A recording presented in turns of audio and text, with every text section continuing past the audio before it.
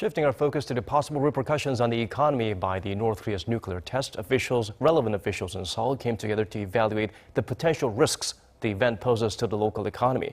The South Korean stock market, meanwhile, saw substantial losses. Kim Min-ji has the digits and more.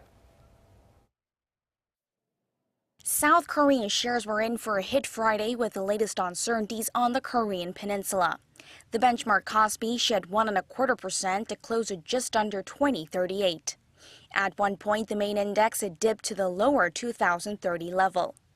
The tech-heavy KOSDAQ also closed down 0.36%. The Korean won weakened against the US dollar, falling 5.81 from the previous close. But the general consensus is that the impact of North Korea's nuclear test will be limited, as it has been in the past, although it may take a toll on investor sentiment in the short run. After the North's fourth nuclear test in January, the KOSPI lost only 0.3%, with similar movements after the second and third test as well. We think that the market impact will be short-lived, as it has been in the historical time. We think that the market have seen some immediate impact. For example, the Korean won saw about 0.5% depreciation on the news. However, within the 3 hours that the won has stabilized to 1100 level. The KOSPI has seen some outflow. However, we think that the investor sentiment will recover quickly as they realize that there will be no physical conflict between the two Koreas.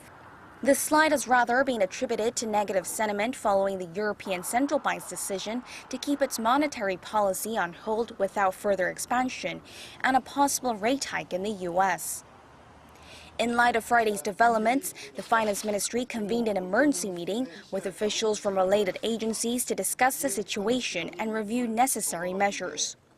While they believe the test will have a limited impact on the financial market and the overall economy, they're not ruling out the possibility of increased market volatility as global uncertainties, including a possible U.S. rate hike and the impact of Brexit, still linger.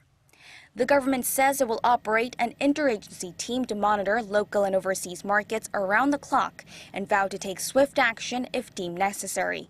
Kim Min-ji, Arirang News.